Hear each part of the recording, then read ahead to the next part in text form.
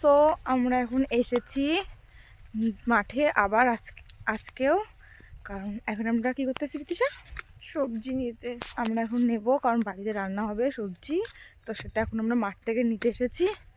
And কোথায় গেলো মেশো ভাই? ওখানে রয়েছে জল নিচ্ছে। যাই হোক, ওখানে জল নিচ্ছে। এখন আমরা ড্রেনের উপরতে যাচ্ছি। এটা ড্রেন না, সরি এটা ড্রেনই তো।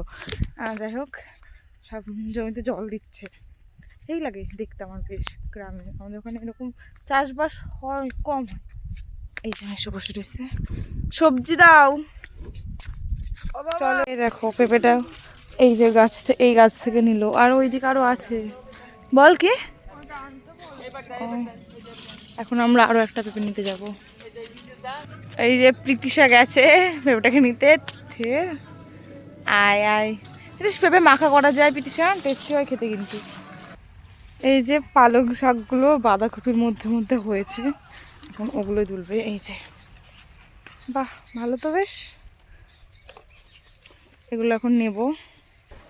এই যে ঝুড়ি ভর্তি করে সবজি নিয়ে নিয়েছি, পেঁপে আর পালং শাক, এগুলো হচ্ছে রান্না হবে, তাই না? বাড়ি হয়ে গেছে আমাদের নেওয়া।